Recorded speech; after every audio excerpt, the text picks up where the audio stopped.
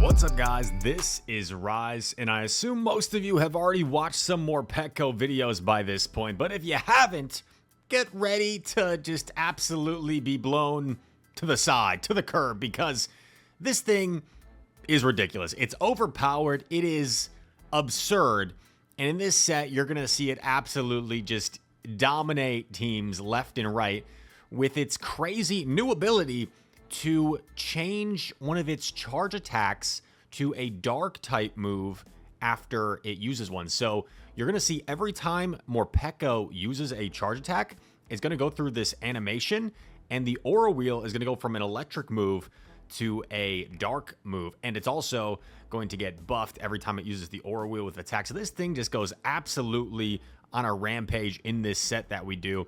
Shout out to Tho Technical, by the way. I totally stole this team from him. This is Tho's team. So shout out to Tho. Not trying to pass this team on as my own. It's Morpeko, Azumarill Frostlass. The first battle starts within the first few seconds of the battle. Like, we don't get the intro screen. So here we go. Morpeko. Psychic Fangs right away. You might think this is terrible, right? Electric type against the Clodsire. Not so much, because look at this little animation.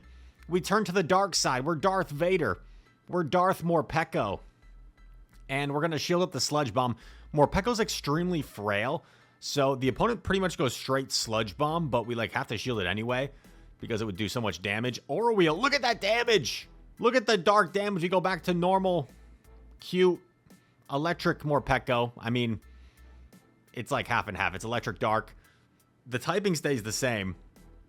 In comes Greninja. We are going to bait the Psychic Fangs here. We are down 2 shields, but they almost have to respect it.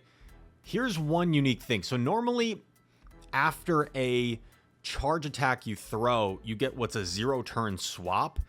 I don't know if it's like something I'm still getting used to with Morpeko, but for me, because of this extra 2 seconds or so on the animation, it almost takes that 0-turn swap away. It almost creates a 1-turn swap. Because you see, I didn't get the bubble through on the swap, which is a little unfortunate.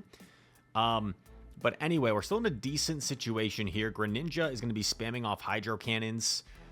And it's going to need one more to knock out Azumarill. Here it goes. We can afford to overfarm slightly on Morpeko. Morpeko is almost at a charge attack as well. I am going to throw on alignment here. If he had caught that on Clodsire, that could have been bad. But luckily they don't. In comes Mandy. And they know they can absorb the dark move on Mandy. So I'm actually forced to swap out. And once again, with Morpeko, I actually didn't learn this until like several sets of running it on stream when I wasn't doing too well. Is Morpeko actually, when you swap it out, it's going to revert to the electric move. So we swapped out with the dark move, but we have the electric move banked. I'm going to overfarm a little bit. I do 2 to try and avoid the potential catch.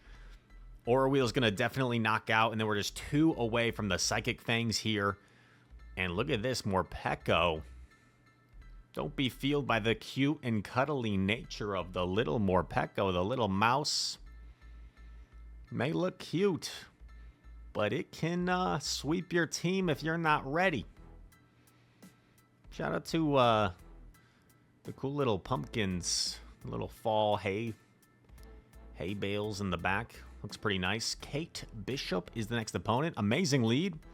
We do get several good leads in this set, but it helps show... Oh, gosh. There's APA weak to the Morpeko. Oh, no, dude. We still do 5 to at least threaten the Aura Wheel, but we're going to bait Psychic Fangs. Oh, my gosh, dude. They're so weak to Morpeko. We are going to shield. I don't care if this is Acid Spray. They might have even gone straight for it. I'm not sure. But yeah, we just want to get rid of this thing, because as long as we can keep Switch, we can get Azumarill aligned with Mandy, which is such a dominant matchup. So I'm just going to go straight for this Aura Wheel. We are going to take a shield advantage and Switch advantage with Morpeko here, even after getting Acid Spray baited. Insanity. In comes Mandy. I'm just going to let myself get farmed down because I have an Azumarill. And that's game for you, folks. That is game. If roles were reversed, I would have got GG with 5 exclamation points in the chat for how great of a game that was. But it's on to the next one. 29-34 at this moment in time. We were at like 30-70 or so. I was running Morpeko, Gengar, Ariados because we were wearing a Gengar shirt on stream. So someone said we had to run Gengar. But I already titled the stream Morpeko. And then we were just so weak to Golurk. Oh man, I'm gonna have to mute some and blur out some notifications. Morpeko into Moltres. Here we go. Sucker punches are gonna be resisted here. Aura Wheel, obviously they have to respect, or they don't. They try to call the bait, and we one-shot them. We one-shot them. Now we're gonna go for the Aura Wheel because it's just such a hard-hitting move. Bang! Compared to the Psychic Fangs. And at this point, I'm considering like, yeah, why not keep Morpeko around? I am double boosted. Psychic Fangs coming through. I don't know if this knocks out double boosted or not. It might. And it's a charge attack priority. Morpeko changing forms once again. Sludge Bomb gets shielded. Gonna overfarm here. This makes it so the Clodsire is gonna have to throw immediately to get rid of us before the next. And they do.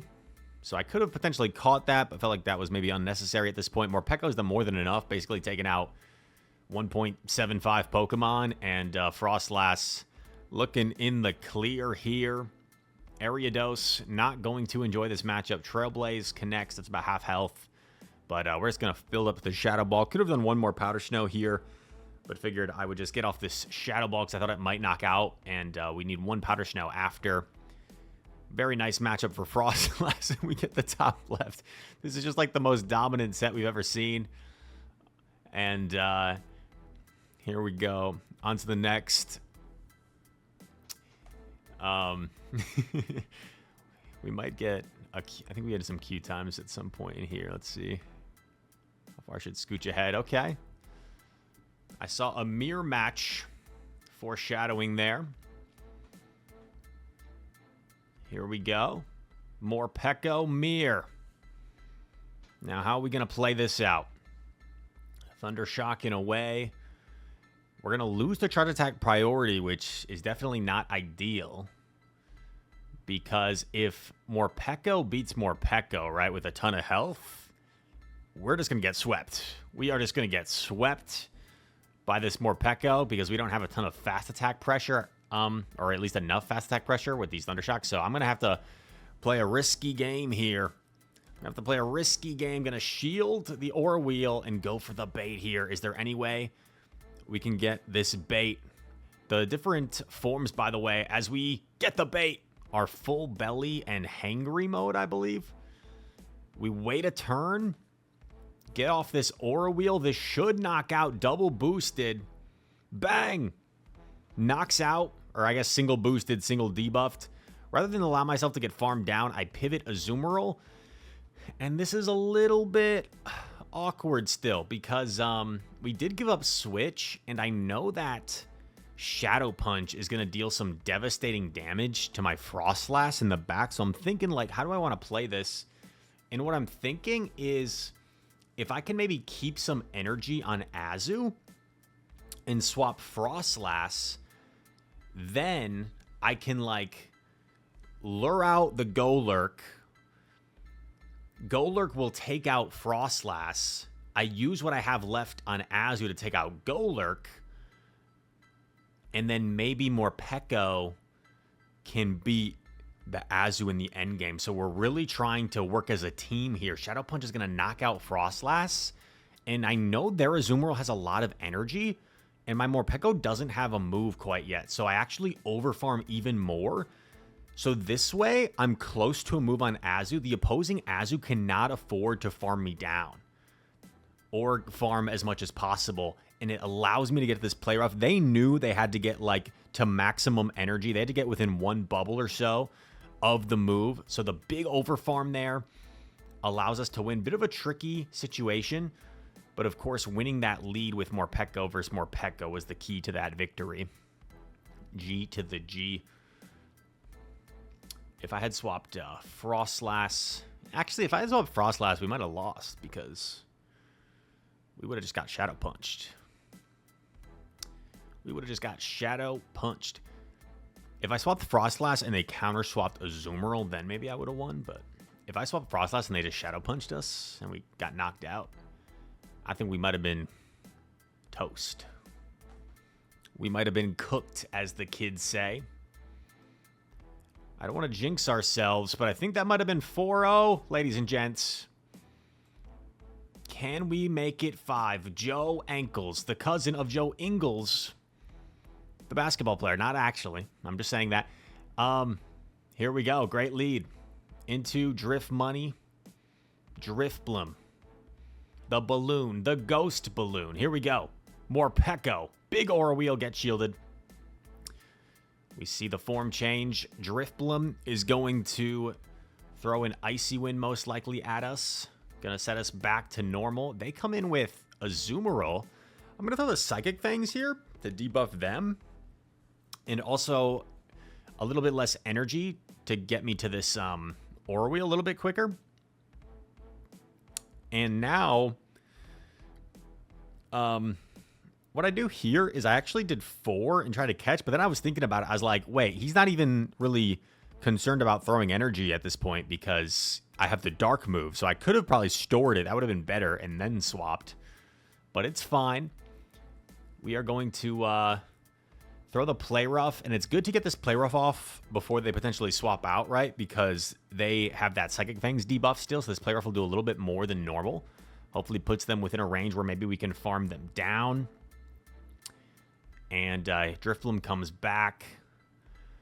At this point, like, I thought about shielding the Shadow Ball, but I didn't really feel like it was necessary because I have energy on Morpeko, so I felt like Frostlass up a shield. It's probably my best bet. I do 2 Thunder Shocks just to farm a little bit more. And I think I end up making a slight mistake here. Oh, no. I was going to say... I thought maybe I let myself get farmed or something for, like, the Thunder Shock damage, but no. I swap out. I think that's the right play. Wasn't sure if I wanted to shield or not. I do decide to shield. And what's going to be in the back? Let's see. Alolan Ninetales. So this is actually fun because it takes Alolan Ninetales quite a bit of time to get to a Dazzling Gleam. 9 Powder Snows. So with all this energy, we're going to simply outpace. Could have even settled for Avalanche there if I needed to, but we were able to get to Shadow Ball before the threat of the Dazzling Gleam. And a Psyshock would not have been enough to knock us out of that range. So pretty dominant set. Of course, I know we got a lot of favorable leads in that set. So some of y'all might be thinking, well, Rise, my grandma could have went 5-0 in that set. And maybe you're right. Maybe Grandma Jane could have went 5-0 as well. We get another Morpeko for our trouble. Back up to 29.99. Near that legend rank again. And some fun with the form changing Morpeko. First time we're featuring it here on our channel. So I hope you guys enjoyed.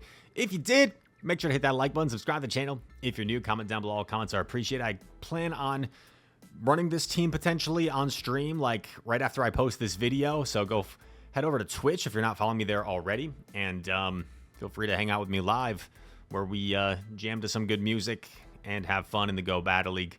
And I usually end up getting tilted because people come into chat to GG me after I lose. So it's a great time. And all that said, thanks so much for watching. I hope to see you in the next one. Peace.